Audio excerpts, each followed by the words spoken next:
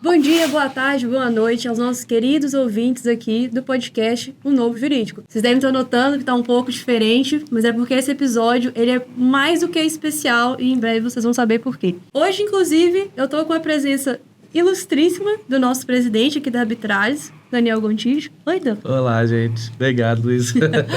É sempre muito legal ter o Dan aqui comigo apresentando. Antes, pedir para vocês para avaliar o nosso episódio, fazer comentários, vai lá no LinkedIn, me procura, Luísa Fazolo, vai no Daniel Gontijo, segue a gente também, a página da Arbitragens, para vocês ficarem sempre por dentro de tudo que é inovação e boas práticas jurídicas. Mas a introdução hoje eu vou fazer ela um pouco menor, porque o que importa mesmo é o nosso convidado. E aí eu vou pedir até uma licença para poder ler, porque assim, o currículo dele é tão vasto que eu não conseguiria nem gravar tudo que essa pessoa fez durante a vida dela.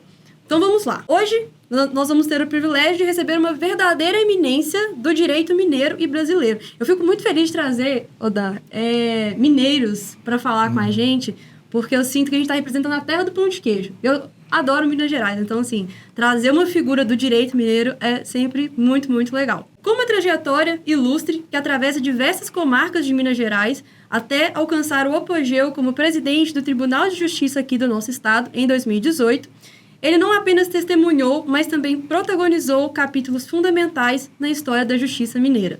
Nascido em Juiz de Fora e com uma formação que une o direito e a psicologia, isso é um ponto muito importante que a gente vai trazer durante as perguntas, ele é um símbolo de sabedoria, humanidade e justiça. E isso é verdade. Aqui no nosso back-office, quando a gente estava conversando com ele, né, Dan? Deu para realmente sentir essa carga humanitária que ele traz. Então, isso é muito, muito legal. A sua visão sobre a evolução do direito e a importância da inovação jurídica promete enriquecer as nossas perspectivas e inspirar todos nós a buscar um sistema de justiça mais eficiente e acessível. Foram 46 anos somente de vida nos fóruns e tribunais mineiros. Ele, que ingressou na magistratura em 1976, foi juiz das comarcas de Ibiraci, Passa Quatro, Santa Rita do Sapucaí, Três Corações e, claro, a nossa capital, Belo Horizonte. Também foi juiz no extinto Tribunal de Alçada e chegou ao Tribunal de Justiça em 2002. Nesse meio tempo, exerceu diversas atividades acadêmicas, entre elas o magistério na Faculdade Milton Campos e nos cursos de formação do próprio TJ.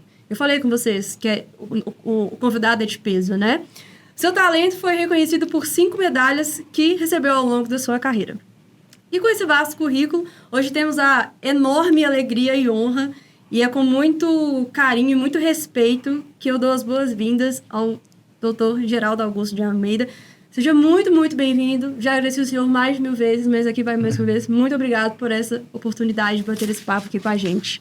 Muito obrigado. Eu que fico muito honrado por essa acolhida, pela gentileza, pela simpatia, né, de todos aqui, especialmente aqui da nossa querida Luísa, do Dr. Daniel Gontijo, que eu já conhecia numa sequência de uma amizade de muitos anos com o pai dele, o Marco Aurélio, que me ajudou muito também no Tribunal de Justiça, e daí nasceu essa ligação. Por isso que eu estou mais do que honrado, alegre e muito satisfeito de falar sobre a carreira no judiciário que eu servi por tantos anos e tive muito orgulho de participar dessa função. Que emoção ainda. Nossa, que para mim é um privilégio, praticamente um sonho realizar estar nessa mesa aqui com você, porque realmente você para mim era uma inspiração desde que eu era pequeno. Igual você comentou com meu pai. Quando eu acompanhava ele no tribunal, vocês dois juntos, era assim, uma coisa que me inspirava muito. Né? Então, assim, para mim é uma honra também e gostaria muito de agradecer por ter aceitado, ter vindo aqui com a gente. Obrigado. Então, para começar, eu quero fazer uma viagem no tempo, né? Vamos voltar lá em 1976, onde o jovem advogado Geraldo Augusto, com 28 anos de idade, é aprovado no concurso de magistratura. Parabéns por isso, 28 anos de idade, ser aprovado no concurso de magistratura é para poucos. O senhor foi aluno da primeira turma da Escola Judicial do Tribunal de Justiça, aqui de Minas, instituição que ao longo de todos esses anos se tornou referência no jurídico brasileiro. E aí, né, dito isso, quais lições que o senhor aprendeu ali naquele princípio de tudo que o senhor usou para nortear a sua carreira nos fóruns e no tribunal? Como disse bem, eu estava iniciando a própria vida como homem, não é? E quando eu fiz o concurso eu não era nem casado. Fui me casar depois de já impostado como juiz. E o concurso foi feito direto, logo depois da faculdade. Logo depois, eu quero dizer, tinha o tempo de interstício. Eu me formei com 23 anos, na Faculdade de Direito da Universidade do Estado da Guanabara, que nem existe mais, o Estado da Guanabara, e com 28 anos fui aprovado no concurso de magistratura. Então, havia esse interstício de 4 anos, eu com 5 anos de diferença, eu já fui aprovado no concurso. Mas não tinha, além da advocacia, que eu exercia antes com meus irmãos e meu pai, eu não tive nenhuma outra função na área do direito. Nessa ocasião, os juízes, os homens em geral, as mulheres, eram aprovados, mas já com funções, ou professores de direito, delegados de polícia, e muitos mesmo, eram na época promotores de justiça que passavam a ser depois juiz de direito. E eu fui só com o meu curso de graduação, nem se usava na época tanto curso de pós-graduação. Então, foi a primeira vez que eu tirei 0 em título. Eu não tinha nenhum título, além de ser graduado em Direito. Então, isso valeu lá na classificação. Mesmo assim, eu do 5º lugar, passei para o 10º lugar no concurso, né?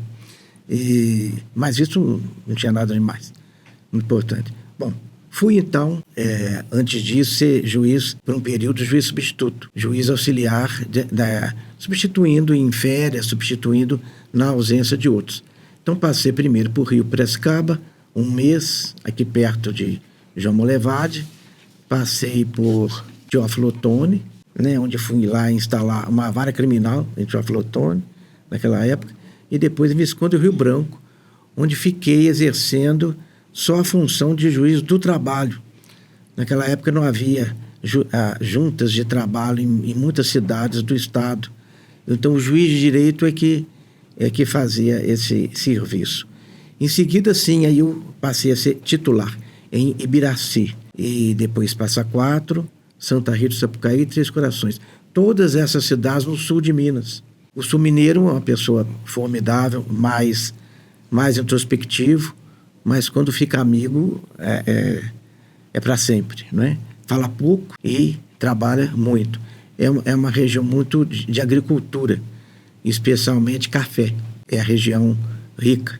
E foi do sul de Minas que o café, inclusive, pela década de 40, nosso aqui do sul de Minas, foi para o Paraná. E depois lá também. Mas a origem de tudo, as primeiras mudas, tudo mais, foram daqui de Minas Gerais, né, do sul de Minas. Foi de uma riqueza muito grande, porque eu sempre tive o pensamento de que ser juiz, mais do que uma profissão, é uma opção de vida.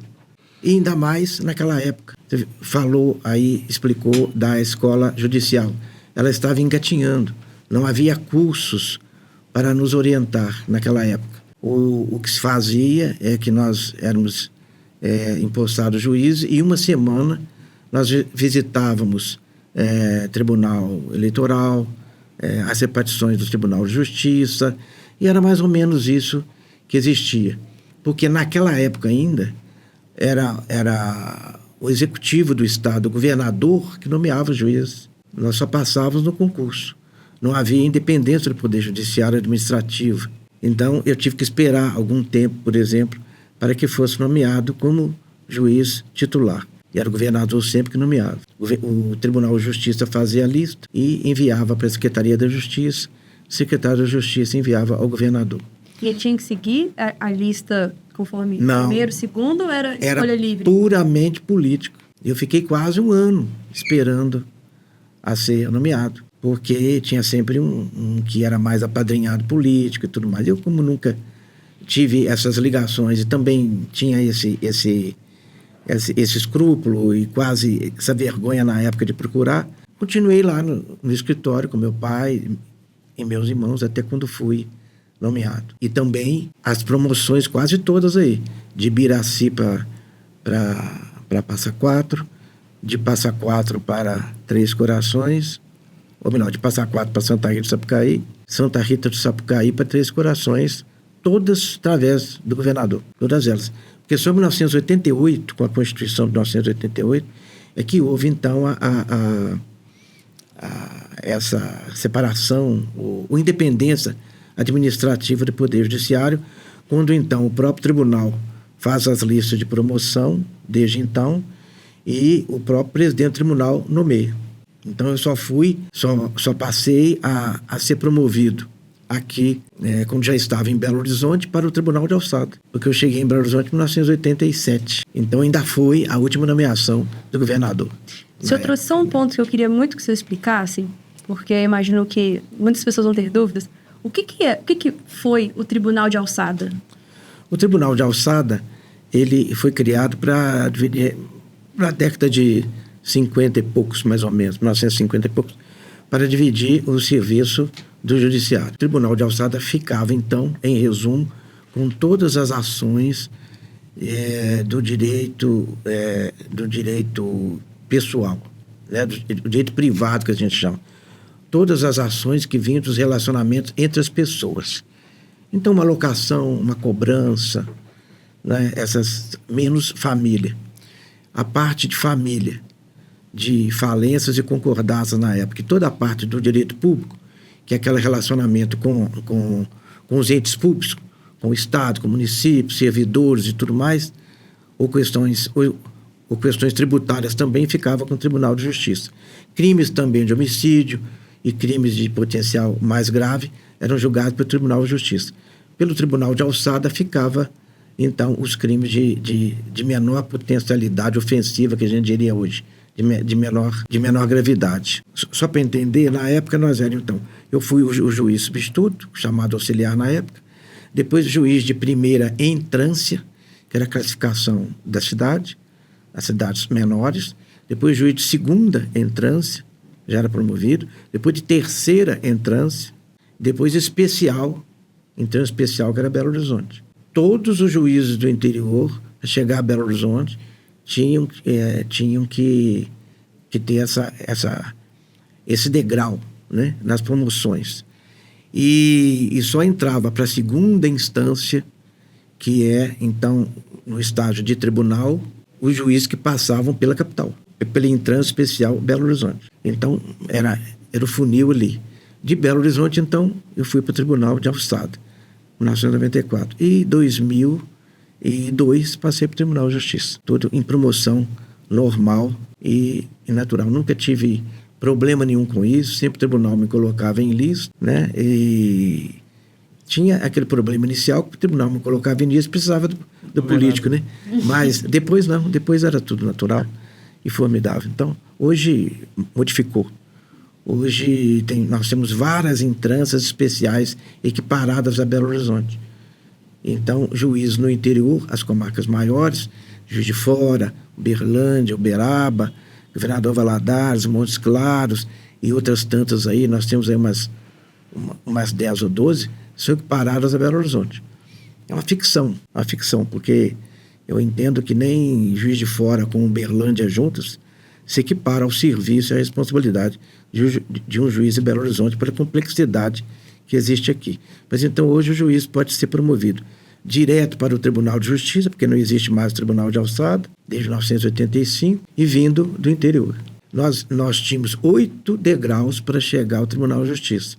Hoje são só 4. Facilitou muito a vida do juiz mais novo. O tempo é igual? Se o tempo for igual, não facilitou. Não, está havendo um problema, porque esses que estão em trânsito especial chegando logo, eles estão ficando muito tempo esperando para chegar ao Tribunal de Justiça.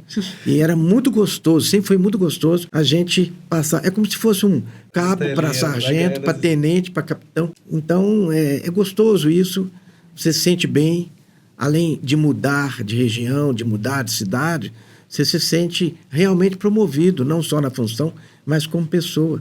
E o relacionamento do juiz, na época, o juiz era obrigado a morar na cidade que ele estava servindo. Era obrigado mesmo, senão ele não era promovido. Não é só permanecer lá, não. Realmente residir.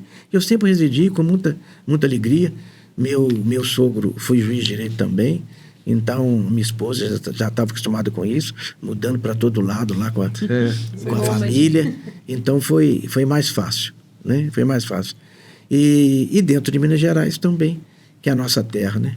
O povo sul-mineiro, eu já disse que é muito fácil de lidar. Agora, sobre a escola, nós não tivemos essa orientação. Então, o juiz ia para a comarca com a formação que ele tinha, pessoal e de direito. Nós não tínhamos essa comunicação toda hoje, de jurisprudência rápida, pela internet, verificar. Então, ia pelo que tinha os códigos, as leis e a jurisprudência publicada. Quando eu estava no Tribunal de Alçada, nós criamos aqui livros de jurisprudência do Tribunal de Alçada, que eram formidáveis. Eles só se equiparavam e concorriam com os de São Paulo, que era até com as cores de São Paulo, um livro grosso, que vinha de 3 em 3 meses, com a capa preta e vermelha, né, que são do Estado de São Paulo, e ali a gente seguia aquela jurisprudência, o que o tribunal falava. E aí é que eu gostaria de colocar, o que se entende por jurisprudência, que eu sempre entendi, é a palavra do tribunal, é a palavra do colegiado. Tribunal é colegiado, tribunal não é um time de futebol que tem craques, que é o fulano, beltrano. Não, isso não existe. Na minha opinião, eu sempre segui isso. Então, o que nós temos que ver é o seguinte, a palavra do tribunal. Ali, os Estados Unidos, por exemplo, na Suprema Corte, quando dão uma decisão, eles dão uma decisão conjunto. Ninguém sabe se foi o fulano ou o beltrano, se foi 4-2 ou se foi 5-3, não tem nada disso. E para mostrar mais ainda a imparcialidade do judiciário, que é a maior dignidade que pode ter o Supremo, o judiciário, porque representa credibilidade junto à população. É claro que os tempos podem ir mudando alguma situação, algum entendimento, a própria evolução social, porque a lei é feita para a felicidade da pessoa. Se a lei está oprimindo ou está fazendo o cidadão sofrer, das duas uma. Ou a lei foi mal feita, ou de propósito é uma lei arbitrária, ou então ela está sendo mal aplicada ou mal interpretada. E o juiz não é dono da verdade no sentido de que cada um entende o mesmo caso. Seu, doutor Daniel, o caso é idêntico. E um decide de um jeito, outro decide de outro. Pode haver as circunstâncias, o contexto da sua situação pessoal, da situação pessoal dele, mas pela legislação em si, tem que ser aquela mesma. Então, a obediência que o juiz deve ter, que deve ser restrita ao que está na lei, ao que está na parte moral geral, não é a moral dele, pessoal, é a moral geral do cidadão em conjunto. Nós temos que estar sempre vendo a coletividade, o bem comum, o conjunto de todos, o que for bom para todos, não é? Então, isso é que é importante. Isso que traz a pacificação da sociedade e que traz a confiança. Isso é que é muito importante. E que isso não muda com os tempos, não. Não muda com o tempo. Eu costumo falar que o judiciário é a última fronteira, né? Porque se a população não pode confiar no judiciário, ela vai acabar tendo que lidar ela mesma com o problema, né? Fazer justiça com as próprias... Nós estamos numa época, inclusive hoje, chegando, talvez daqui a pouco a gente possa falar mais, na inteligência artificial, toda esses instrumentos, né, de internet, de comunicação rápida e tudo mais. Isso, eu pelo menos só fui apresentado a isso já no Tribunal de Alçada. Porque tudo era no papel, tudo era o juiz atrás de uma máquina de escrever. Nós não tínhamos servidores especiais para nós, não tínhamos assessores. Né? Quantas vezes sozinho até 1h da manhã, e filho doente e tudo mais, na máquina de escrever lá para colocando. Minhas decisões sempre foram muito sucintas, muitas no ponto da situação, no ponto. Aconteceu isso, então eu entendo que O que deve ser feito é isso. Agora, nas circunstâncias daquilo que aconteceu, né? Para ser o mais justo possível, próximo porque a maior obrigação do juiz e do judiciário também é a busca do mais justo. E essa passagem todas suas nas comarcas, como isso contribuiu para você quando foi assumir a presidência do tribunal? Assumiu por isso, porque quando eu chegava na comarca, eu logo procurava conhecer quem estava ali para me servir. Não é servir a mim, servir lá a instituição. Eu estou dizendo servir porque tem o nome de servidores, mas aqueles que estavam lá à disposição. Eu tinha parado para pensar nessa analogia de servidor com servir. Pois é. Então, eles trabalhavam no fórum da comarca lá e auxiliavam no serviço, serviam ao serviço do judiciário, não serviam a mim, né? Não eram meus empregados, meus funcionários, né? Eu apenas coordenava. Mas eu procurava fazer uma equipe, conhecê-los, procurar ver o que gostavam, as qualidades, as dificuldades que muitos tinham na época, mas, por incrível que pareça, eles trabalhavam mais e mais perfeitamente. Por exemplo, em Passa Quatro, eu tinha um escrivão que tomava conta de tudo, quase que de tudo ali para mim. Ele chegava ao fórum às 7 da manhã e raramente saía antes de 10 da noite. Que isso? É claro que morava perto, só atravessar a rua, estava na casa dele, podia fazer lanche, jantar, tudo mais, era mais fácil. Mas estava ali. Você vê a dignidade da pessoa. Ninguém ficava muito preocupado com horas extras, em ganhar mais. Procurava em fazer um serviço bom e acreditar naquilo que trabalhava e para o que trabalhava. De uma lealdade profunda. Todo esse pessoal. Esse que eu estou dizendo podia ser, na época, quase meu avô. Diferença de idade. Nossa. E me tratava, eu ali com esses 28 anos, e me tratava senhor e tudo mais, e tal, com aquele respeito, tudo mais, na hora. E é aquilo, fora do serviço, nós somos o cidadão comum, temos os mesmos sentimentos, tudo mais. É claro que na hora de uma decisão, na hora de uma audiência, ou representando ali o Estado, eu tenho que me ver como juiz, como representante do judiciário, né? Eu não posso, por exemplo, eu nunca fiz isso, e é claro que não é você, por exemplo, iniciando a presidência de um júri e começar a fazer um discurso político ali, ou começar a contar piada, tudo mais, né? Não é lugar, né? Então, é saber só se comportar de acordo. Nunca tive problema com questão de disciplina. Talvez por causa dessa aproximação, dessa confiança que já trazia em quem trabalhava comigo. Eu tinha confiança com eles e eles comigo. Então, é muito de pessoal, mas no sentido de respeitar o outro, de respeitar.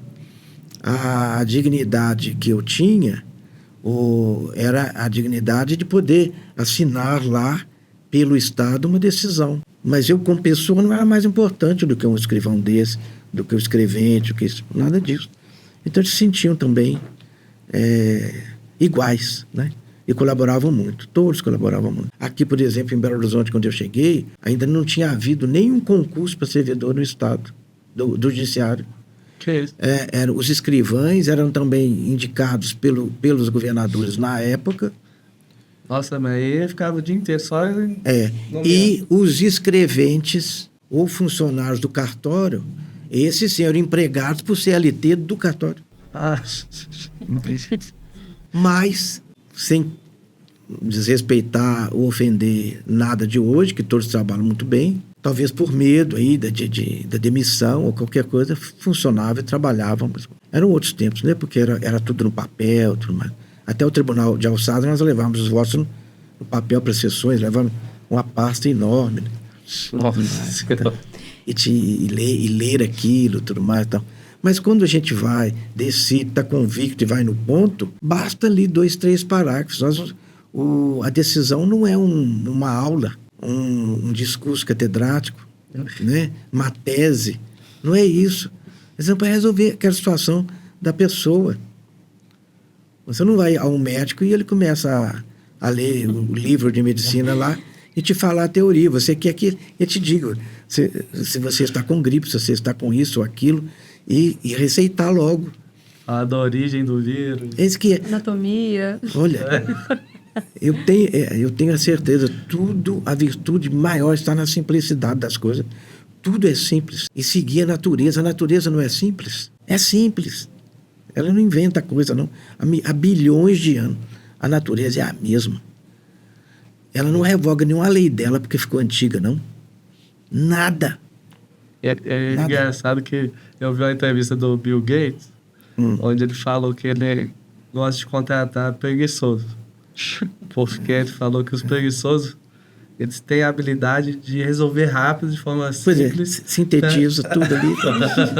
E às vezes... Seu objetivo é resolver o problema e acabou ali. Entendeu? Tem um livrinho pequeno, como se escrevia na época pequeno. Você veja, por exemplo, olha, outro exemplo. Veja ali, final do século XIX, os 50 últimos anos, que foram os anos melhores de humanidade, onde eu tenho a impressão que quando a população foi mais respeitada, os cientistas, os médicos, todos trabalhavam ali, uns benefícios dos outros para a coletividade, né? Então, tem isso aí um pouco antes, eu tenho um livrinho do Tomás Antônio Gonzaga, que foi aqui, ele estudou em Coimbra, e como advogado, depois juiz, né, do juiz nomeado por Portugal aqui.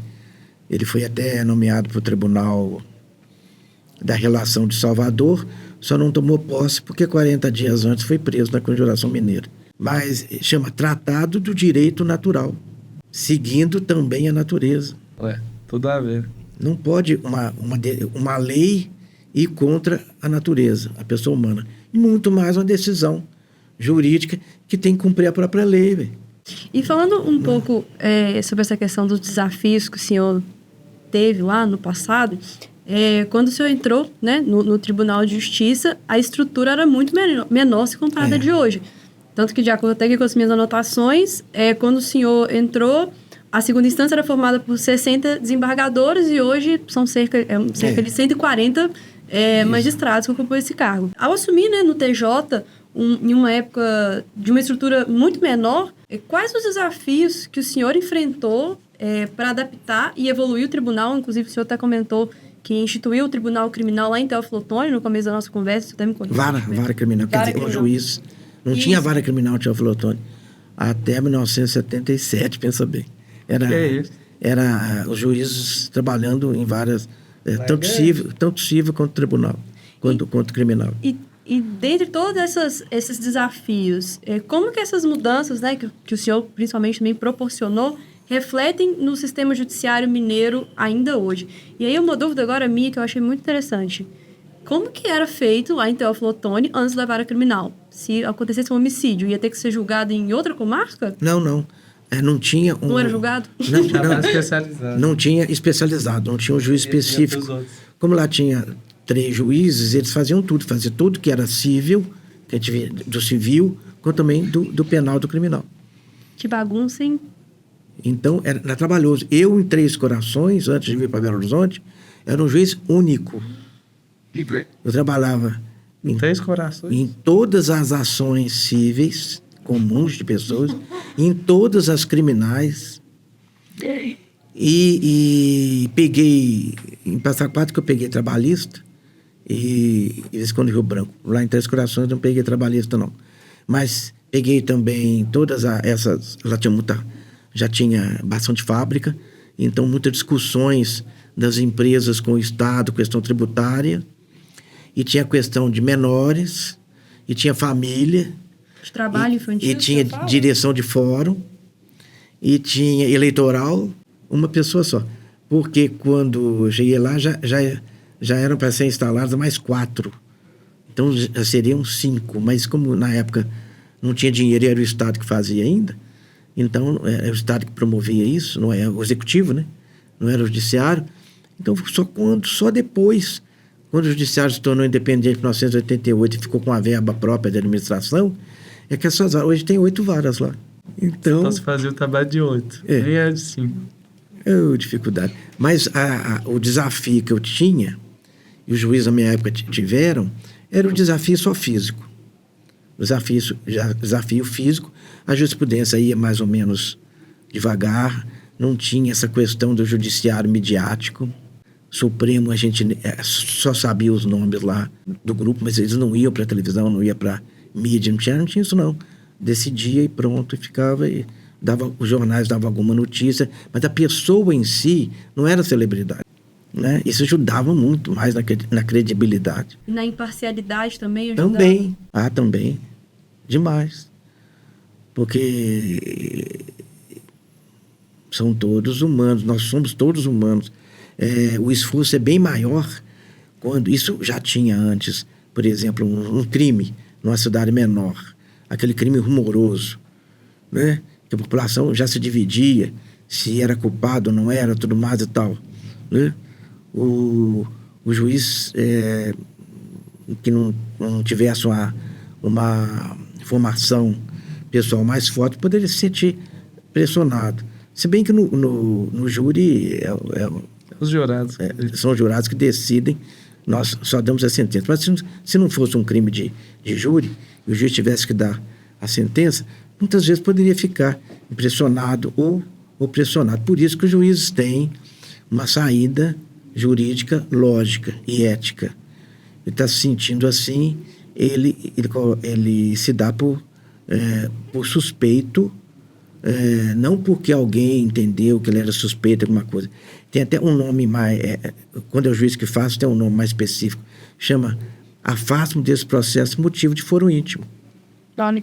Aí o processo vai para outro juiz. O problema é quando nenhum juiz está querendo. Muitas vezes para outra comarca. Mas então era a parte física isso, a parte do trabalho, de fazer à mão, de demorar, aquela ansiedade que a gente tinha. Por isso que a gente ficava, então, mas dava certo.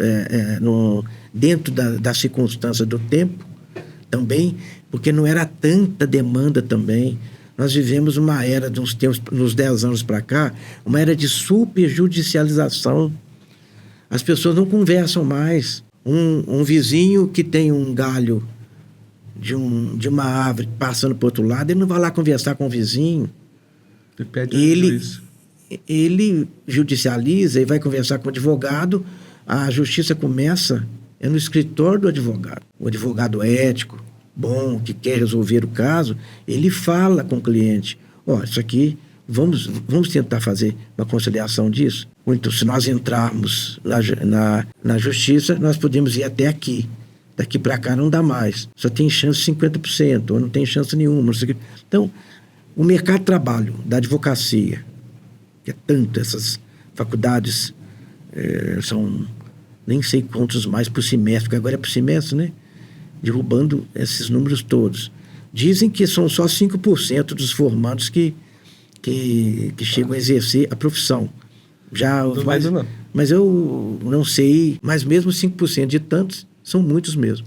Então vai judicializando tudo. E depois então que virou moda o famoso dano moral. A pessoa tem um acidente com o automóvel, ele usa o automóvel para fazer algum serviço, um táxi, por exemplo. Então ele não fica mais tão preocupado com o valor ali do prejuízo, da lataria ou da oficina. A judiciária responde com mero aborrecimento. Começa a calcular, aí eu posso ganhar muito mais com o tal dano moral. Então, muitas vezes, o pedido de dano moral é imoral.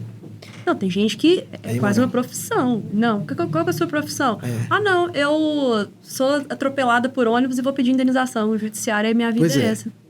Veja o que é a cultura. Lá no Oriente, né, as pessoas, especialmente no Japão, eu soube, lá não há praticamente nenhuma ação envolvendo família. Eles acham que a questão familiar tem que ser resolvida dentro de casa, na família. E não é terceiro que vai resolver isso não, que isso é desonroso. Posso. Porque a sociedade, ela dita realmente as regras do direito. Como há lugares também que a pessoa sente impossível, ela não passa pela cabeça dela não pagar o aluguel. Se ela não pode pagar, ela vai lá, então entrega a casa e tudo mais. Ou então é a polícia que vai lá e resolve. Isso não é coisa para judiciário cobrar um aluguel, cobrar uma dívida menor, tudo mais. Não é o que a gente vê, né, Dan? Uma outra coisa aí que eu acho legal dessa parte de estrutura, você foi um dos pioneiros de trazer PJE, né, de querer trazer tecnologia para o judiciário. Como que você enxerga assim no sentido de ajudar na rapidez dos trabalhos, na dinâmica dos trabalhos, e no sentido de agora que nós estamos aproveitando na jurisprudência, quer dizer, utilizando a informática, a internet, essas evoluções todas midiáticas para o trabalho mais rápido, né? A comunicação, o trabalho mais rápido, deixar de escrever à mão, a máquina de escrever, tudo mais, ou mesmo no computador, tudo muito rápido. E também na questão já do entendimento do julgamento, a jurisprudência. Então, reunindo recursos que estão sendo chamados de recursos repetitivos. Então, aquelas várias ações do mesmo tema. Recursos do mesmo tema, julga-se apenas um só. Aquilo firma o tema no tribunal, pode ser no Tribunal de Justiça, no Superior Tribunal de Justiça, nos tribunais estaduais, no Superior Tribunal de Justiça e no Supremo. A partir daí, qualquer decisão que chegar e se vê, já foi isso assentado por esse tema, devolve-se o recurso. Aí vem os distinguish, né? Isso que isso aqui é diferente. Não conseguimos fazer isso ainda tanto como deveria, como eu pensava. Mas isso diminuiria um pouco essa situação da judicialização, pelo menos no segundo grau, né? Aí facilitaria. Uma questão que eu queria retornar com o senhor é que você estava comentando que quando entrou na magistratura não teve uma escola ali pós passar no concurso. Era mais ou menos uma semana que o senhor comentou e já iniciava, depois da nomeação do executivo, né, claramente, já iniciava os trabalhos, né?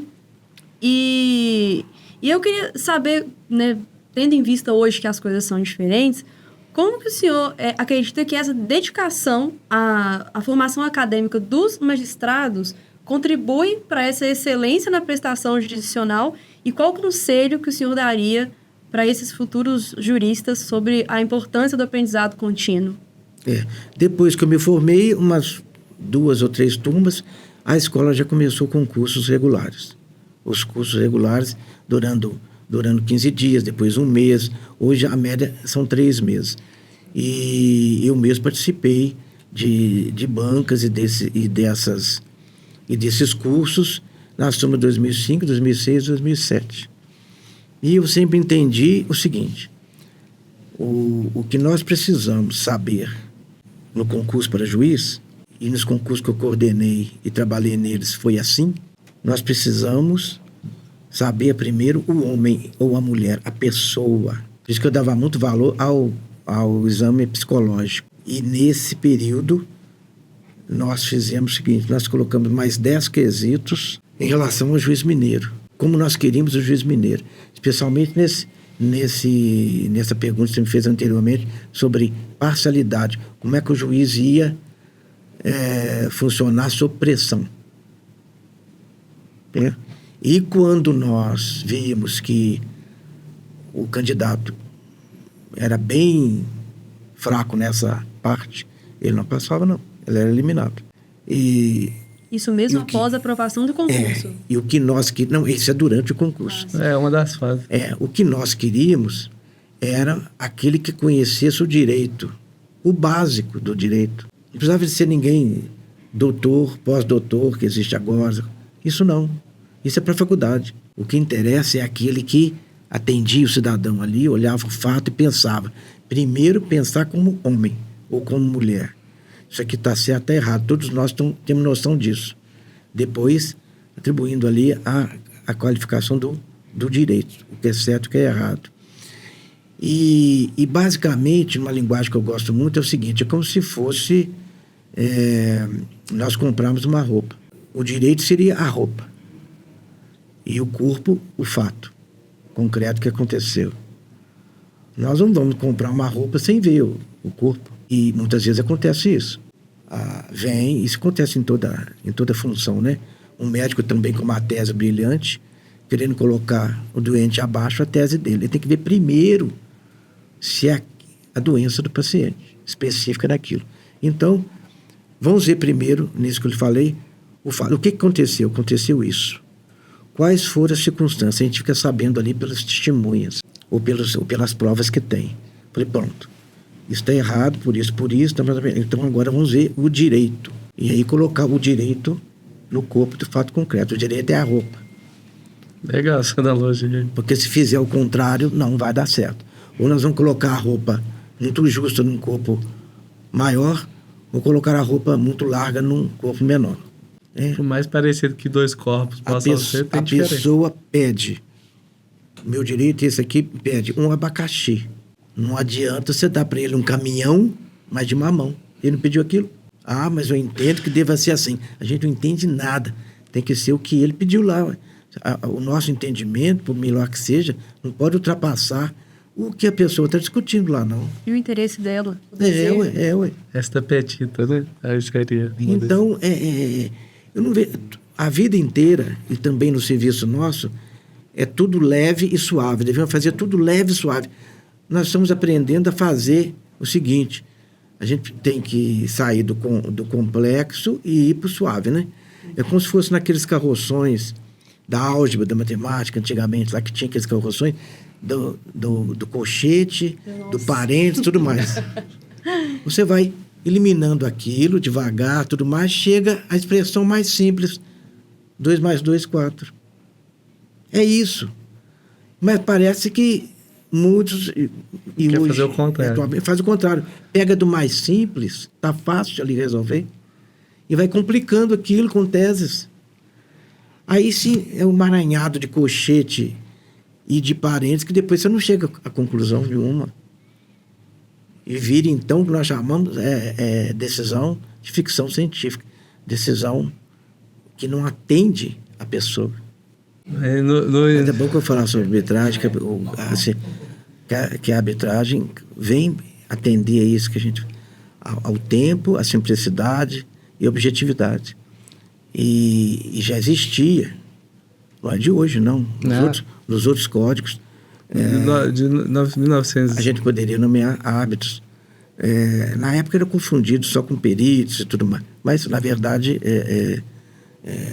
o objetivo era o mesmo. Os peritos ficam presos lá, o processo judicial, na parte de dar uns pareceres para o juiz decidir, né? Agora, com essa lei nova, a lei que veio depois e deu independência à arbitragem, que não precisa ficar só ligada lá à designação do juiz, foi formidável. Muito bom. Mas a parte de execução, a gente precisa de uma aliança, né? Porque quem tem o poder de polícia, digamos assim, é vocês. Agora, não pode fazer desse instrumento, que é mais simples e objetivo, cheio de formalidades, cheio de ritos ordinários e tudo, como se fosse um processo. Que é o que as câmaras tradicionais estavam fazendo. E é o que aconteceu com os juizados especiais. Juizado. É obrigado a ter audiência, obrigado. Eu participei, na época que depois foi ministro Salvo Figueiredo, ele que criou isso. O que criou maior simplicidade dentro dos processos, Salvo Figueiredo Teixeira, depois foi ministro lá. Nós tínhamos juizados informais de pequenas causas.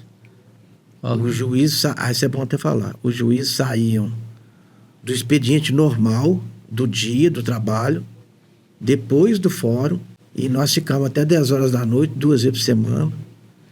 Já tinha as pautas e tudo mais, fazendo conciliação. De cada 100 casos, nós resolvimos no mínimo 90. Que isso? Porque o juiz estava ali. Os advogados nos ajudavam, eles mesmos faziam o termo ali e tudo mais. Depois o termo se via como um título para execução judicial. Uma questão que eu achei muito legal e dita muito como eu venho percebendo nesse papo nosso com o senhor e eu quero tratar, é a questão do curso do senhor de psicologia, que também é graduado em psicologia. E a minha dúvida é assim, se teve, né, em algum momento da sua carreira jurídica, que o curso de psicologia ajudou o senhor tanto ao dar uma sentença ou a lidar com as partes em um determinado processo. O senhor acha que isso foi um benefício? Foi, ajudou muito no contato com as testemunhas e audiência. Com as testemunhas? Com as testemunhas. Por quê? Porque você tendo esse conhecimento de psicologia, você logo via ali que a testemunha ou estava nervosa, ou estava mentindo, ou dava para notar com mais facilidade. Então, desviava ali a conversa de um outro modo, né? Por exemplo, no interior, a pessoa chega, ainda mais naquela época, aquele medo, né? Cheguei ao fórum. Então, meio até de ser presa, parece, né? Mas mentir, você dava as prisões. Senhoras e tudo, falava, olha, eu já vivi 80 anos, nunca pisei no fórum. Como se fosse uma humilhação, né? Sempre fui muito correta, nunca tive ação, nunca tive nada. Então, as testemunhas também, do interior, às vezes vinham de fazendas, tudo mais, então, e chegavam nervosos, tremendo. Eu ia conversando sobre o dia, se a estrada estava em dificuldade, o que ele fazia, sobre a lavoura dele, tudo mais. Pronto, tomava um cafezinho e já ficava tranquilo. E já respondia melhor a tudo. E ser sempre objetivo e direto, não ficar devassando vida de pessoa, não ficar ofendendo indiretamente, não ficar sendo irônico, né? Juiz até que não é difícil fazer isso, mas advogados, né? Muitas vezes promotor, né? As pessoas estão ali, até o réu que está ali, nós temos que respeitar a vida dele, respeitar a pessoa dele. A gente pode não gostar do que ele fez, do crime dele, mas, né? Separar o fato. E isso sentem, viu? Eles sentem essa diferença. E traz para nós garantia, traz para nós credibilidade e traz confiança. O que não pode é a pessoa ficar com medo do judiciário. Já se tem medo de polícia, tem medo. O dia que a população tiver medo do judiciário, acabou, pode fechar a instituição. O judiciário é para acolher o cidadão, para ele sentir que ele pode procurar, que ele vai ter uma solução. E uma solução simples, rápida e objetiva, que vai resolver mesmo. Não é ficar aí esse processo 30 anos ou mais e cada vez embolando, né? A palavra seria essa mesmo, sem solução. É aí que eu vejo também, né, a importância do judiciário aceitar a ajuda, né?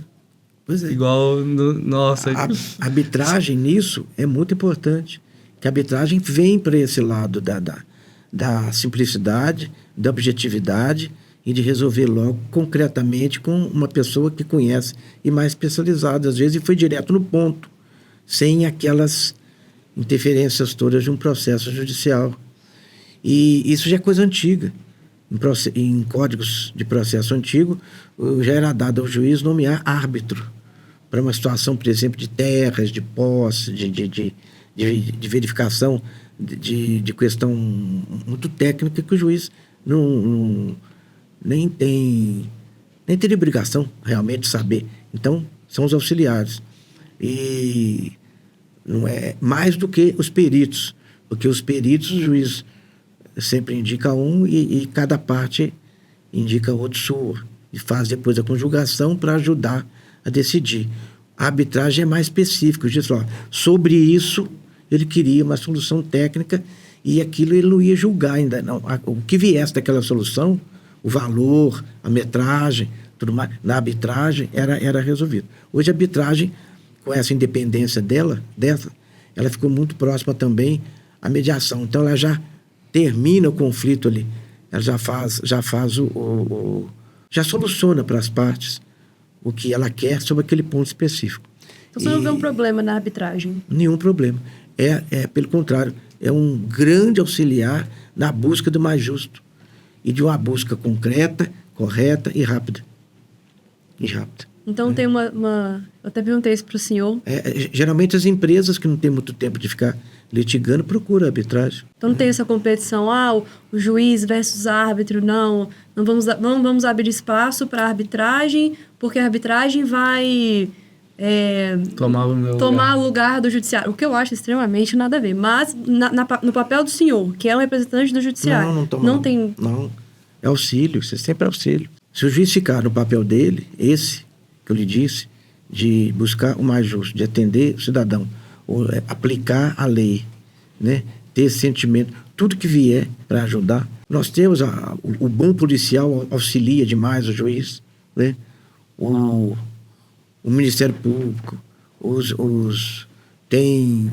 em dia já tem os mediadores, até judiciais. Então, isso é muito importante, resolve. Essas questões todas aí que a pessoa só fica procurando o dano moral, joga lá para mediação e... Eu resolvi muito alivia demais o judiciário. Deixa o judiciário para as questões mais complexas, né? Até porque tem matéria que é competência exclusiva do judiciário. Eu, particularmente, acho interessante essa solução multiportas, e é uma crítica minha que eu acho que na faculdade a gente não é explorado isso. Eu formei não tem muito tempo e eu tive arbitragem, mediação e conciliação rapidamente em teoria geral do processo. E muito por essa linha que o senhor fala, que é como se nós, advogados, a gente ficasse ali, sempre tem que processar. A gente tem que ir lá no judiciário, não tem conversa, não tem diálogo, não tem soluções multiportas. E não, a gente tem que procurar viver... procurar melhores formas para resolver os nossos conflitos. E não é brigar, a mediação brigar com a arbitragem com o judiciário, todo mundo junto. Eu tenho a impressão que a cultura latina ajuda muito isso. Nós somos muito de escrever, de falar e de papel. Né? Eu tenho uma certa, não digo inveja, mas ciúme do juiz americano. Que ele bate martelinho, fala uma frase e está julgado. É bonitinho, né? Teatral. Você não tem essa preocupação de ficar montando uma sentença. Com relatório, com argumento, com isso, com aquilo, e por causa, às vezes, de um equívoco ali, o juiz cansado, depois anula tudo. E aí fica o direito sem resolver. A função é resolver o problema da pessoa. Eu sempre tentei pular sempre as regras processuais, principalmente em direito de família, por exemplo. Eu vou ficar lá discutindo uma questão familiar que precisa de ser resolvida logo, atendida, aquilo está sendo um tormento ali para as pessoas. E eu vou ficar com firulas lá processuais. Isso não pode não, tem que ir para o outro, tem que fazer isso. Tem que fazer 10 audiências. A questão de competência, né? A competência absoluta, sim. A matéria criminal não pode ser julgada pelo outro civil. A matéria trabalhista não pode ser julgada pelo... Mas competência relativa, quer dizer, eu sou juiz aqui no fórum, estou lá no plantão, me chega uma decisão. Falei, não, vou esperar segunda-feira, porque eu só lido com penal. Ele não está de plantão ali, se está de plantão tem que fazer tudo. Então, são essas coisas assim que a gente precisa de simplificar mais e talvez até tirar um pouco da vaidade da pessoa e do próprio cargo. É importante, por exemplo, na religião, é importante o pastor e o padre, mas dependendo de quem são as pessoas deles. Mas eles não são mais importantes do que a religião, não. Eles são ali servidores da religião, como os juízes também são servidores do direito em busca da justiça. É só isso. Todo ano, né, o CNJ traz aquele estudo do Justiça em Números, e agora de 2023, ele trouxe para a gente que o tempo médio de tramitação dos processos aqui no TJ de Minas foi de 3 anos e 3 meses. E diante, assim, do desafio de gerenciar um volume tão grande de processos, e vamos pensar que, me corrija se eu estiver errado, acho que o Dan vai saber falar isso, o TJ é o segundo maior tribunal do Brasil, né? Acho que o primeiro é São Paulo. Volume processual, né? Como que... Então, mas nós temos mais comarcas. Temos mais comarcas, né? É o maior número de municípios também, Minas Gerais. Municípios também. A gente vai passar São Paulo, não. Como o TJ... Então, sim, a pergunta é, como que o nosso Tribunal de Justiça conseguiu atingir um tempo médio de tramitação tão competitivo, e quais inovações ou práticas o senhor considera que foram cruciais para essa conquista, dessa diminuição do tempo? Nos últimos tempos foi isso. Foi a questão da informática, da internet, do auxílio dessa maquinária eletrônica toda no serviço, do andamento, da rapidez. E também a questão, que eu repito agora, de fixar sobre uma questão judicial um tema fixo. Então, não ficar aquela história popular, cada cabeça, cada sentença. Sobre isso, o Supremo já decidiu isso, então acabou, está resolvido. Sobre isso, o Superior Tribunal de Justiça já decidiu isso. E é mais ou menos a diferença do Supremo Tribunal de Justiça, o Supremo para o Superior Tribunal de Justiça, muito parecida com a diferença do Tribunal de Justiça para o antigo Tribunal da Alçada. Porque o Superior Tribunal de Justiça, ele vai até o final com essas questões envolvendo o cidadão, as pessoas, os litígios entre as pessoas em si, a família, a cobrança, a locação, o extraordinário, né? E o Supremo seria para tudo aquilo que fosse ligado à Constituição, né? É que a nossa Constituição também fala sobre tudo, né? Então, se quiser estender um pouco, joga para lá. Joga para lá. Mas era para resolver mais e dividir melhor essas competências e andar mais rápido. E nós somos, repito aqui mais uma vez, muito ajudados pela arbitragem, né? Pelas câmaras de arbitragem, pela mediação e pelas conciliações que os próprios tribunais. Não, bem aliado a isso aí, né, do judiciário somar esforços, né? Quando você estava lá na presidência, você adotou alguma política, alguma questão de querer ampliar esse acesso, assim, de divulgar mais o que a gente chama de justiça multiportas, né? Que você pode acessar a justiça tanto pelo judiciário quanto pela conciliação, mediação, arbitragem e também agora recentemente com a lei de licitação, o comitê de disputas, né? Que é o Dispute Board. Isso especificamente eu dei apoio, né? Ali foi iniciado esse sistema de conciliações, né? Primeiro eu junto com o presidente Hébito, né? Durante a gestão dele, depois por motivo infelizmente de doença veio a falecer e eu completei o mandato, embora foi uma complementação de eleição, né? Fui eleito para completar lá o mandato. E então eu dei muito apoio. E nos casos específicos, eu poderia lembrar aqui as questões mesmo que foram começadas lá naquele tempo, dos credenciamentos, né? Das câmaras, né? Das câmaras e tudo mais. E esse incentivo maior, desde o juiz lá nas comarcas, o juiz da cidade do interior, já fazer isso também. E não só aqui no tribunal. Né?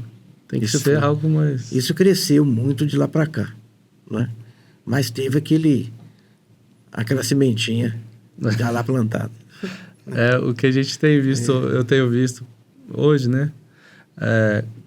Que o Instituto do Dispute Board, né? Do Comitê de Disputas, onde desde o nascimento do contrato já existe um fiscalizador do contrato, né? Digamos assim, que é justamente o responsável por julgar. Eu tive notícias de que quem adotou o judiciário não quis recepcionar, né? Que quis falar assim, isso aqui não existe, as decisões que vocês tomaram aqui não são válidas. E com a nova lei de licitações que entrou em vigor esse ano, né? Tem lá no artigo 151 expresso que existe comitê de disputas, né? Como que, assim... Você é uma exceção, né? Nessa aceitação de externos, né? Porque o que eu vejo mais na prática, infelizmente, ainda é esse tipo de postura. Os casos que já chegaram para mim, essa disputa levada para o judicial de decisão das arbitragens, mesmo de mediações, eu sempre respeitei o resultado ali. Ficava só... É como se fosse um acordo entre o judicial ou um próprio contrato entre as partes. Sempre respeitei o objeto. O que eu aceitava que fosse discutido é algum excesso legal, alguma questão de que levasse assim a dúvida na vontade da pessoa.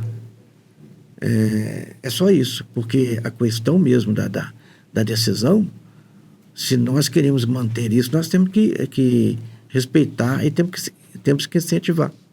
E por que você acha que alguns não aceitam? Assim, no seu... Eu tenho impressão aí um pouco de falta de informação do que é mesmo, não aprofundar lá o objetivo da mediação, objetivo da arbitragem e muitas vezes a própria legislação ali. E talvez um pouco de vaidade pessoal, isso nós temos em todos os setores, no setor público, de qualquer servidor, não precisa ser juiz, nem delegado. Às vezes você vai numa repartição pública, ela assume o cargo como se fosse ela, a pessoa assume como se fosse dele aquilo ali, é ele que resolve. Então, o que ele achar que tem, então não se sente como servidor daquela situação, que ele está apenas sendo um intérprete daquilo. E como você acha que assim, instituições igual a nossa conseguiria ajudar a quebrar isso, né? Eu tenho a impressão que chegando perto, tendo mais um diálogo, e até através das escolas judiciais. E recentemente a gente passou uma situação dessa, né? No próprio tribunal daqui de Minas, né? Então, saber mesmo assim, né? Porque ninguém melhor que alguém do lado de lá para falar pra gente assim, né? Olha, gente, não só nossa instituição, mas eu tenho notícia de outras, né? Instituições que passam a mesma coisa que eu, né? De querer mostrar que a gente está para somar, né? Não é como uma competição, não é estou excluindo o judiciário, estou tomando o lugar dele, né? Não é nada disso. A gente tem que pensar o seguinte, o Estado não é para tutelar ninguém e nem para entrar dentro da casa de ninguém, nem da empresa de ninguém. Todos, se a pessoa é empresário, se a pessoa é pai de família ou mãe de família, se a própria pessoa em si, ela tem capacidade de gerir tudo. Então, o que o Estado, tanto o Executivo quanto o Legislativo e também o Judiciário, tem que fazer alguma fiscalização necessária e orientar. Só isso. Quando há disputa, decidir. Aí seria para o Judiciário. Mas respeitar isso. Não veio lá o exemplo lá dos Estados Unidos, e isso que eu falei, que a justiça começa no escritório do advogado, eles resolvem, acertam, fazem um acordo lá, muitas vezes nem passa pelo judiciário. E aquilo é válido. Quando vai para o judiciário discutir, eles dão como válido. Não foi feito lá no escritório, as duas partes sendo orientadas, os advogados estavam lá, são pessoas maiores e capazes, né? Então é só de vitimizar as pessoas. Mas aí, para obter alguma vantagem, mas na época eu não entendia, na época eu não fui instruído para isso, ou não é isso não. Cumpriu, a questão do compromisso. Está faltando entre nós o compromisso. Saiba tudo primeiro, procure, olhe, veja advogado, veja os técnicos, pronto. Mas assinou o compromisso, né? Depois quando vê que aquilo não está dando muito certo, vamos anular, e eu quero anular ganhando alguma coisa. Ela não... Isso vai do próprio relacionamento pessoal, né? Do próprio casamento, da própria união estável.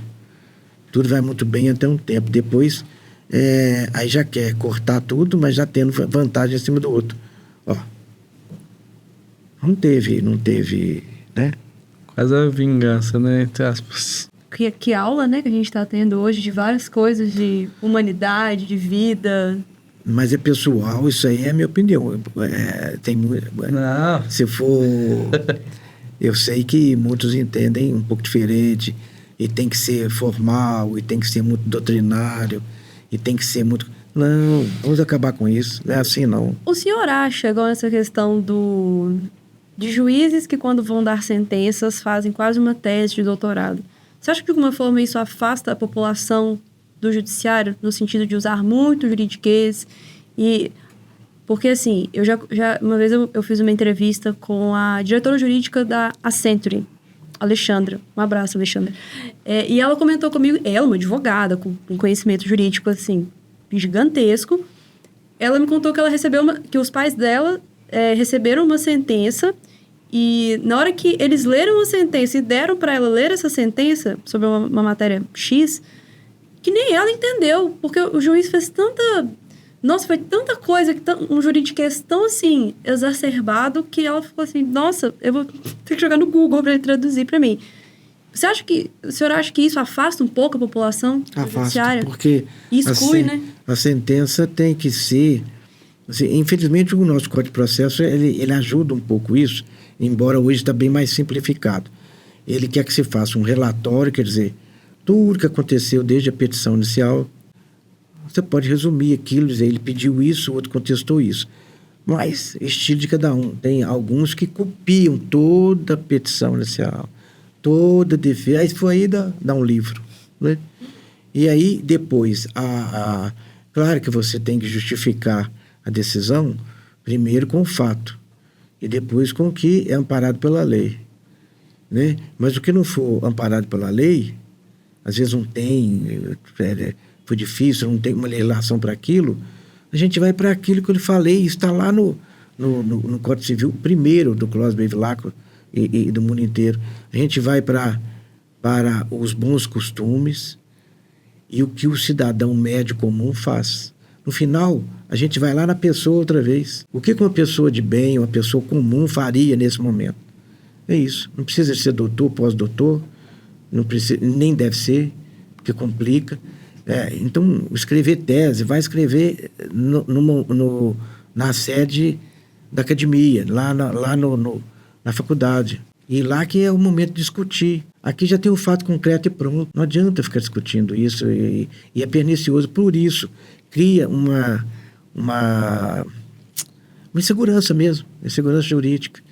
E o cidadão tem que olhar a sentença, pelo menos ele entendendo, que eu ganhei ou perdi.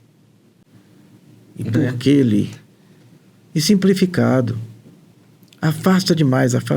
Tanto que o CNJ teve que intervir, né? Agora, trazer uma obrigação de uma linguagem acessível. Simplicidade, objetividade, né? Clareza e concreto. O que aconteceu, infelizmente, nos juizados que eu lhe falei. O princípio do juizado é simplicidade e oralidade. Falar e resolver ali. Se fosse para decidir, uma frase. Mas depois foi formalizado pela legislação. E o juizado hoje é um judiciário paralelo, só com competências diferentes. E às vezes dá... E o juizado era para ir as questões mais simples. Né? Eu já lhe falei que eu já trabalhei o primeiro, né, que foi os juizados informais de pequenas causas. Todo mundo entendia o que era juizado informal e de pequenas causas. E não era específico, não. A gente saía do fórum, saía do expediente comum, 2 vezes por semana, e dali ficava até 10 horas da noite, atendendo. Tinha as pautas, mais advogados nos ajudavam. Tudo de forma simplificada. Né? É legal ver o trabalho com o senhor, que é um juiz que veio de uma outra época, e com essa pegada humana, porque não é o que a gente vê hoje no judiciário. Hoje, e não é uma crítica a uma pessoa específica, mas o judiciário, eu sinto, eu que estou dentro aqui do jurídico, eu sinto um afastamento, e o senhor não, igual o senhor contando, eu tomava café com as partes, com as testemunhas, para deixá-las mais confortáveis. Mas não, hoje o processo, ainda mais, né, do jeito que ele é hoje, você nem olha na cara da pessoa direito. E ficou muito assim, midiático, né? Muito de celebridade. Não é isso. Como é que eu posso... É um princípio básico do juiz, eu sempre cumpri, mas isso naturalmente. Eu nunca conversei sobre um processo que eu estava julgando. Ainda mais antes do julgamento. Ué, se nem eu sei o que... Então, por que o juiz não é para isso, não? Para dar opinião, fazer isso. Ele é para orientar e ter o máximo de cautela. Né? E suar frio mesmo na hora pela responsabilidade, na hora de sentenciar algo, principalmente penal e família, né? Que aquilo atinge direto na hora a pessoa. O senhor acha que são as matérias mais difíceis do direito? São as mais fáceis de lidar, mas as mais difíceis de sentenciar. Por isso que eu sempre conversava, tudo mais. Porque a gente vê o caso ali, mas tem sempre muita emoção. E o senhor passou por várias comarcas, né? Como a gente trouxe no começo do papo.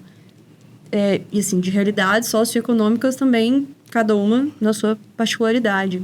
E aí, nessa linha mesmo, você falou do tanto da matéria trabalhista quanto da criminal, que é a mais delicada no momento de dar uma sentença. Tem alguma história que marcou muito o senhor no momento de dar uma sentença, ou um caso, né, que o senhor possa falar que, nossa, isso marcou a minha jornada?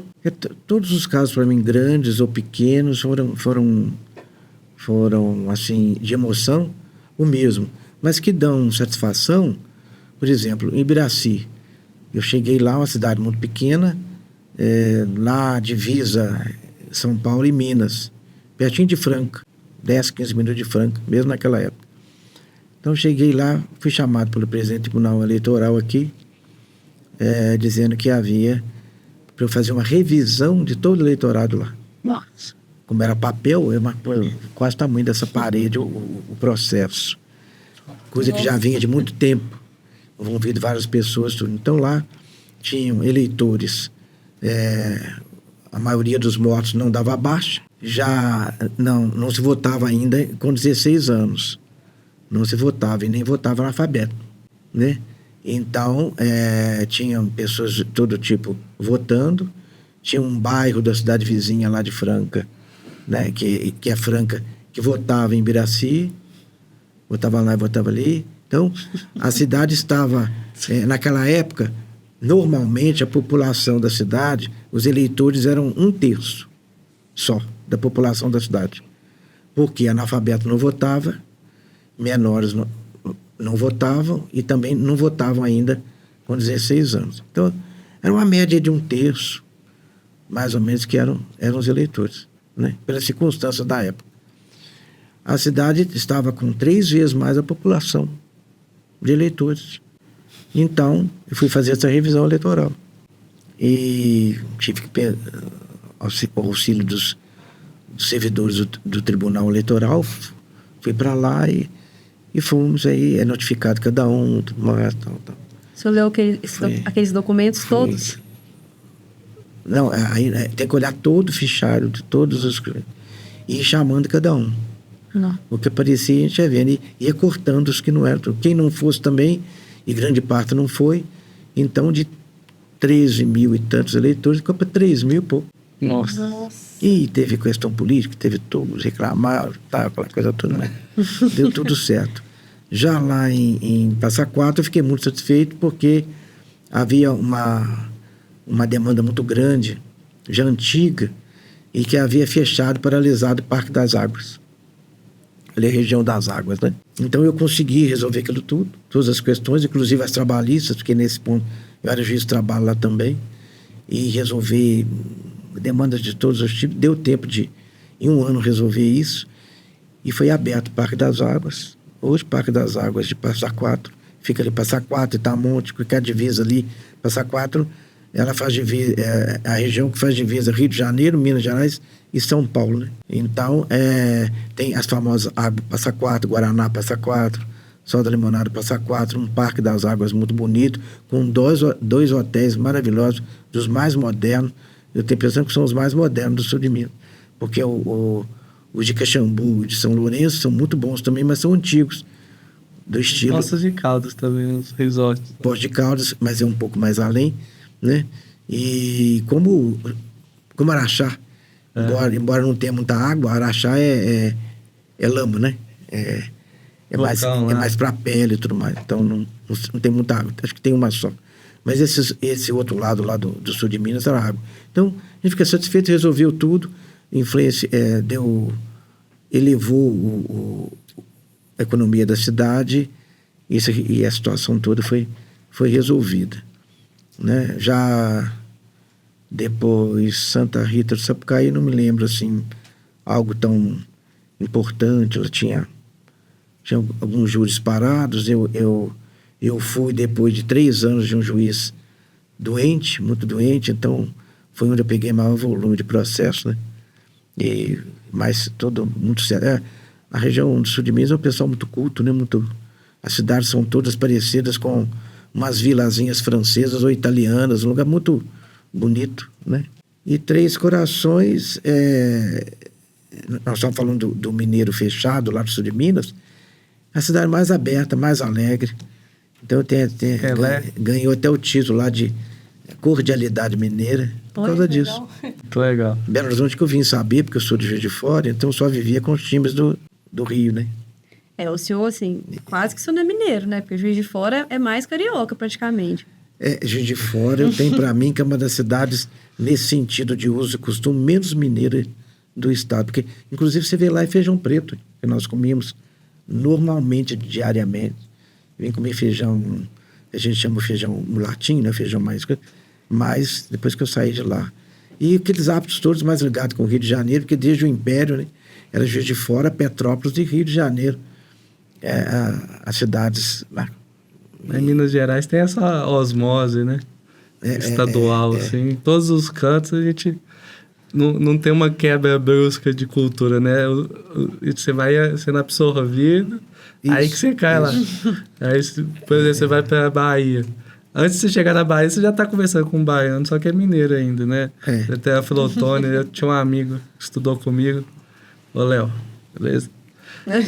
Ele fala mais sotaque baiano do que os baianos que eu conheci.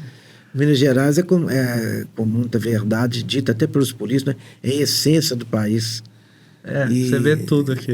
Guimarães Rosa já falava, Minas são muitas, são mesmo. As regiões todas de Minas e tudo mais. Você vê que a questão de cultura, shows e teatros, vem primeiro aqui, né? Para fazer o balanço da popularidade. Depois é que espalha pelo... Muitos deles são assim, né?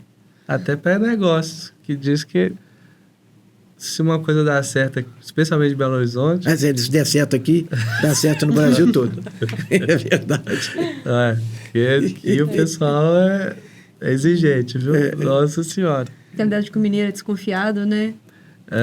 Aí ainda junta aqui no nosso ramo, né? A desconfiança do mineiro com a desconfiança do advogado. Aí... tem desconfiança anterior do negócio e tem um problema terrível, que ainda mais no interior, mas reflete aqui também, Belo Horizonte, aquele mineiro fechado, guardador de dinheiro, não quer gastar nada, aquela história de ele perde 1 milhão, mas não gasta 1 centavo para conseguir 1 milhão. Ele não quer perder antes, ele quer ganhar primeiro. E tem também o problema que afeta muito, pelo menos afetava enquanto eu estava lá no interior. Fica 1 ano discutindo. E aquela coisa toda, depois que faz, no dia seguinte, pensei com o meu travesseiro, aí arranja um jeito de anular. Quer arranjar um jeito de anular para fazer outra vez, às vezes uma bobaginha do jeito dele. Mas a gente é legal também, tá, pessoal? As pessoas outros estados. Mas aí conversando, é claro que isso não é a coletividade, todos, né? Mas tem esses casos, assim, isolados. Mas conversando e tudo mais, aí custa. Aí tem que usar a psicologia, né? Não, mas isso do mercado... Que é uma detalhe, né? Camilo falou que tem um mineiro gerandeiro. Eles dizem, aqui nós seremos o das Minas, né? O mineiro. E mais para cima do norte, os gerais, né? Tem diferença. O geraizeiro. Ele deixou bem claro. Geraizeiro é bom, né? Mas, já caminhando um pouco para o fim, na verdade, antes de agradecer ao senhor novamente a presença, tem uma coisa que eu quero muito pedir ao senhor, que é uma indicação de um livro. O senhor que é um homem muito culto, citou aí Guimarães Rosa. Se o senhor fosse deixar, pode ser até mais de um, né? Um livro para... que o senhor acha que é importante compartilhar com o público, que é de uma leitura importante. Bom, vai aí para literatura clássica, mas um livro que marca a humanidade, no meu sentido, parece que já foi até classificado assim já, é o Dom Quixote de La Mancha, né? Que é a história da humanidade, do Cervantes. As pessoas podem ir lendo devagar, tal, mas se for pegando, às vezes tem capítulo que cada frase é uma filosofia, é um ensinamento. E um livro aqui, eu gosto muito da parte do nosso governo no Império. E eu tenho a convicção que o nosso melhor governante e o melhor brasileiro que amou tanto o Brasil e fez um governo maravilhoso foi Dom Pedro II. Ele no tempo dele todo, ele que conseguiu com que o Brasil não virasse uma América do Sul, toda despedaçada em vários paizinhos. Essa unidade, porque que o Brasil é inteiro, assim, nós devemos ao segundo imperador brasileiro, né? Ele não era português, não. Nasceu aqui, uma criança, uma história sensacional, inusitada. Uma criança deixada aqui órfã aos 5 anos, criada, a pessoa nunca mais viu o pai, a mãe já havia falecido, e no instante cresce com uma personalidade dessa, né? Mas o amor ao Brasil e a dedicação ao país, uma maravilha, né? Que vestia simplesmente, o império mais simples do mundo, tudo mais, e sempre se dedicando. Então tem as biografias do Dom Pedro II, e um livro que eu gosto muito chama O Imperador Cidadão, que é de um americano, e foi um americano que escreveu, desses brasileiros que estudam o Brasil. Então ele é muito mais isento ainda. Ele não é um romance, uma história, não. E daqui a pouco ele passa o nome aqui, mas é formidável. Imperador Cidadão. O Imperador Cidadão, que ele foi o mais republicano dos nossos governantes, sendo imperador. Tem alguma outra reivindicada? Tem que ser. Agora eu quero ver se você vai ter agora- uma indicação dessa. Não, Pega o livro de história do ensino médio. Nós tivemos, foram alguns presidentes republicanos querendo ser imperadores, né? É. É verdade. O contrário é mais raro de ver, mas a regra é... E essa última pergunta minha, né? Eu queria saber, assim, como é que tá sendo essa nova fase, assim, da sua vida de retornar? Não, tranquilo, eu não vou dizer que a gente se prepara. Ninguém se prepara a gente sabe, por exemplo, que nós vamos ter o fim, tudo isso é da natureza. Mas ninguém vai preparado, por exemplo, para acabar algum relacionamento. Ninguém casa pensando no final. Mas na questão da aposentadoria, eu, sinceramente, eu ficava até em dúvida se ia chegar até lá, né? Ou por sair para porque mas a gente não pensa nisso todo dia. Mas ia se aproximando, de uns 2 anos para cá, de vez em quando ia pensando, tudo mais. Então a gente sabe, é um ciclo, e eu fico muito satisfeito de poder ter servido o judiciário da melhor forma que eu pude, entendendo fazer o que era certo, pelo menos eu pensava que era certo, naquela circunstância, naquele momento. Pode ser que hoje eu faria de um modo um pouco diferente, mas não que seja errado ou que seja certo. Mas naquela circunstância, naquele momento, eu entendi que estava certo. Agora, sempre pensando na instituição, nunca em mim. Sempre pensando na instituição. Então, esse amor ao judiciário, ao tribunal, ao jurisdicionado, que é o cidadão, sempre tive essa preocupação de atender o melhor possível ao cidadão. Minha maior alegria quando a pessoa fala assim, olha, estou satisfeito, eu confio na justiça e fui bem servido. Isso é importante. Quando a gente estava vindo para cá, eu notei, assim, a gente passou na frente do tribunal, quantas pessoas gostam de você ali, né? Porque todo mundo, desembargador, não sei o quê. Então, assim, você com certeza é ainda uma pessoa muito querida lá dentro, né? Mas é por isso, e com isso que aquilo que eu já falei desde o início, conquista confiança, né? Conquista confiança pessoal e confiança no que a gente faz, na função. Importante demais. Aí, essa conversa toda aqui não foi tão agradável por causa dessa simpatia, dessa confiança e dessa amizade, a gente pode dizer. Nesse momento nós somos amigos aqui, cada um respeitando o outro e falando com muita fraternidade, com respeito e com sinceridade. Isso que devia ser em toda reunião, né? Ninguém sai daqui com dúvida, né? Isso que é importante. Belas palavras. Não, tanto que assim, eu agora fiquei até sem jeito. Como finalizar? Dá pra desligar agora. É agradecimento. Tudo. Não, mas eu falo Fique assim... à vontade. Vocês foram formidáveis também. Sabem conduzir de uma forma que deixa o interlocutor à vontade e que ele também se sinta com essa confiança para poder falar. Eu lembrei de coisas aqui, conversando aqui agora. Né? Bom, saiba que você é sempre bem-vindo. Em breve podemos fazer uma parte 2. Vai ser, assim, uma honra o papo com ele novamente. Bom, eu agradeço ao senhor mais uma vez. Já falei isso 500 vezes. Parece é quase um mantra agora para mim agradecer ao senhor. Muito honrado com a presença dos dois, né? Com o amigo, o filho do amigo, né? Com essa amizade nova aqui. Essa, pode dizer... mais do que filho, uma netinha jurídica. É verdade. Agradeço você também, Dan, por aqui dividir comigo esse host. Agradeço. Foi muito legal. E a todos vocês, obrigada também por ouvir. E é isso. Um abraço e obrigada aí. Tchau, tchau.